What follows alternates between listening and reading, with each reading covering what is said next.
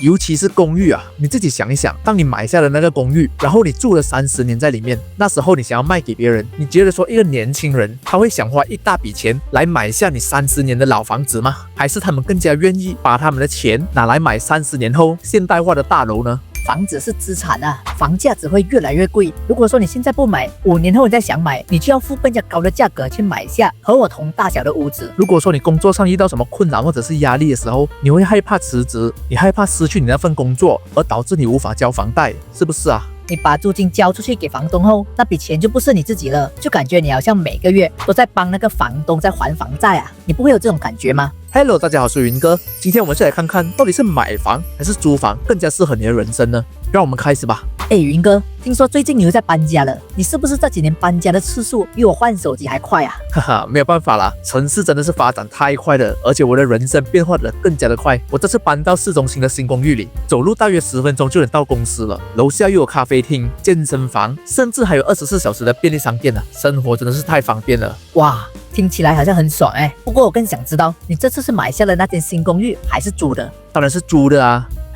你年纪也不小了哦，云哥，怎么还不考虑买房呢？我自己本身已经背了4年的房贷啊，虽然说压力有点大，但是想到房子最终是自己的，我心里会感觉到比较踏实一些啊。我明白你的想法啦，买房当然是非常有安全感，而且还能够规划自己小孩的教育、定居和自己家庭的未来发展。但是你也要知道说，我不是没有考虑买房啊。如果说我看到自己喜欢的房子的话，我还是会买的。只是如今我觉得说，租房会更加适合我自己。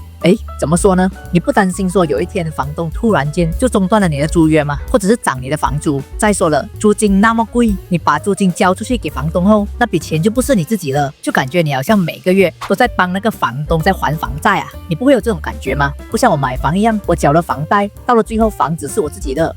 其实你说的也没有错，这确实是租房的痛点啊。但你要知道说，如今这个年代真的是变化太快了。我不希望说，当我买了一间房子后，我就会一直被困在那个地方，因为我们一旦签了房贷后，一签就是30年啊，30年都会被这个房贷套着啊，那是我们1/3的人生啊。你看看你自己，当你想要换工作的时候，或者是你的孩子想要读比较远的学校，那时候的你是不是会被你买下的房子而局限着你自己呢？因为你不想找离你家太远的公司，也不想找离你家太远的学校给你的孩子嘛，对不对？要不然每一天载他上下课是多么麻烦的一件事情啊。所以呢，我觉得说暂时我的人生太多的变数了，我宁愿灵活一些，可以随着我生活的改变去改变我的住所，而不是让我的房子决定我的人生规划。原来如此。我必须承认我通勤真的是很累啊，但你也知道房子是资产啊，房价只会越来越贵。如果说你现在不买，5年后你再想买，你就要付更加高的价格去买下和我同大小的屋子。更加惨的就是有可能那时候的房子的首付会贵得非常的离谱啊。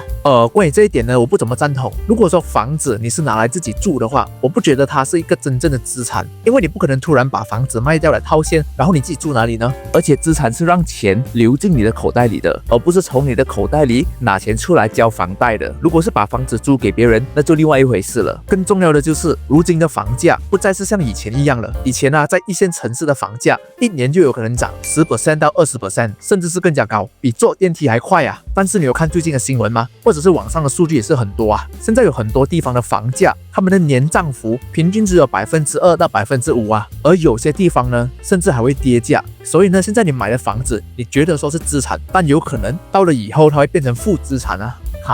不会吧？房价还会跌？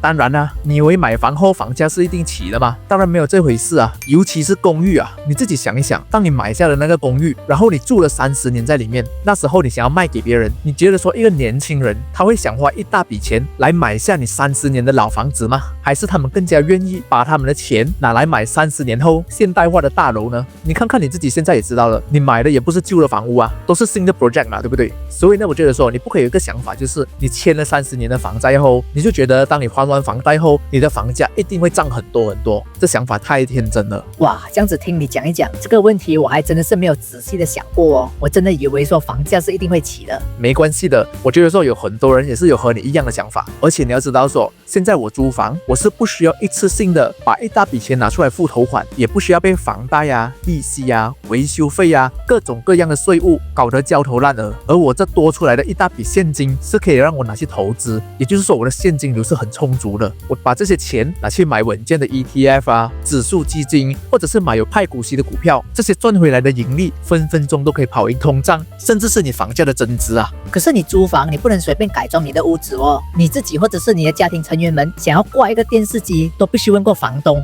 哦，我可不可以挂电视机啊？或者是你不小心弄坏地板、弄脏墙壁，你也会被房东索取一大笔钱啊，因为房子不是你的嘛，这样不会让你住得不安心吗？这一点的确，我承认租房的自由度确实没有那么高，装修的空间也非常有限。但你要知道说，装修是非常贵的啊，而且还是要一次性挖一大笔钱出来去装修你的新屋子，是吧？我相信那时你装修你屋子的时候，你的口袋是不是破了一个很大的洞啊？还真的是这样子嘞，一次性必须拿出那么大笔的钱，真的是很痛，是吧？而我租房的呢，就没有这个烦恼，我可以省下一大笔的装修钱，然后把这一笔钱拿去投资，或者是放在银行定存。这样一来，我不止没有花钱，反而还为我赚钱了。而且啊，我觉得说我换房子的时候，那个房子的风格也换了，而我每个阶段都住不同的房子，这也是我人生中其中一种生活的乐趣啊。哇，听起来好像很不错哎。但是我的老婆想要有属于她自己的一个家，她可以装修，她可以布置。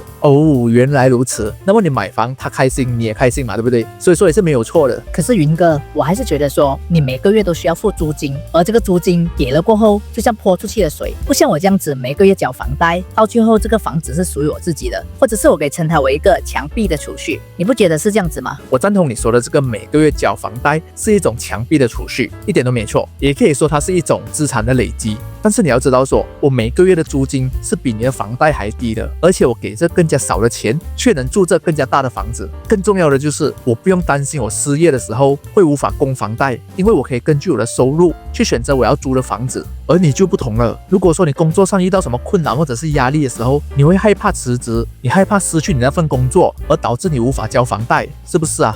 所以呢，我觉得说租房让我更加有安全感，因为我的现金流是非常充足的，这让我有更加多的选择权啊。你说的这一个部分我还是认同啊。自从有了房贷和车贷后，我做的任何决定都被这些债务限制着了。但是呢，我还是觉得说有一个属于自己的家，才让我感觉到我的人生有归属感。而你也知道，现在的年轻人压力太大了。如果说能早一点买房，以后我们养育孩子、建立家庭，而我们的退休规划都会更加容易安排。我完全理解你这个逻辑，尤其是有家庭有小孩的人，稳定性确实是很重要的。但你也要承认，现在的房价真的是高得离谱啊！年轻人买房的压力真的是要爆表了，尤其是我们亚洲人，有很多人为了买房而牺牲了自己生活品质，连吃饭都要省钱啊！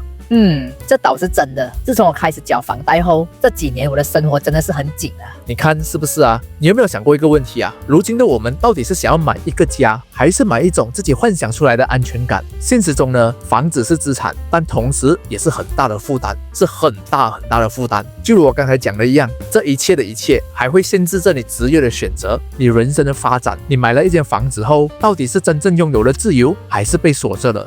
哇，你这个问题很哲学嘞。不过说实话，听你这样子讲过后，我开始觉得说，租房的自由度和灵活度还真的是比较适合现代的人啊。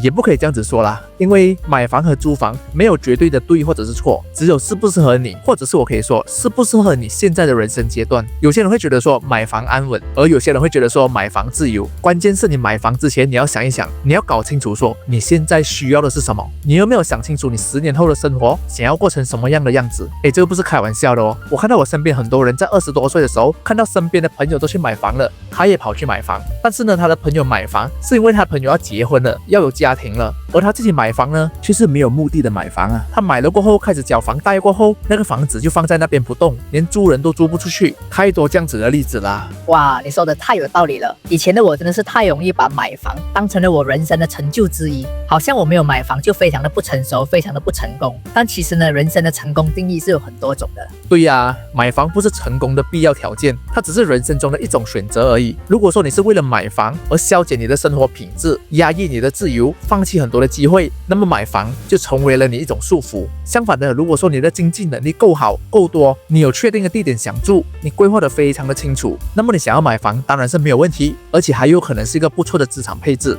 听你这样子一说，我真的觉得我们人生的每一步都必须问问自己，这真的是我想要的吗？而不是别人告诉我怎么做，我就怎么做。是啊，所以呢，记住，买房或者是租房没有对或错，不要让房子决定你的人生，也不要让自己的长辈啊，或者是社会来帮你做这个租房或者是买房的决定。你的人生方向应该由你自己来选啊。好的，兄弟姐妹们，你听到这里，你觉得说到底是租房好呢，还是买房？而你现在是租房还是买房呢？你们可以留言给我知道，和讲讲你们的看法。好的，如果说你喜欢这一期的视频，真的，请你帮我点个赞，然后记得订阅我的频道，我真的是很需要你的订阅啊。好的，这期是分享到这，我们下期再见，拜。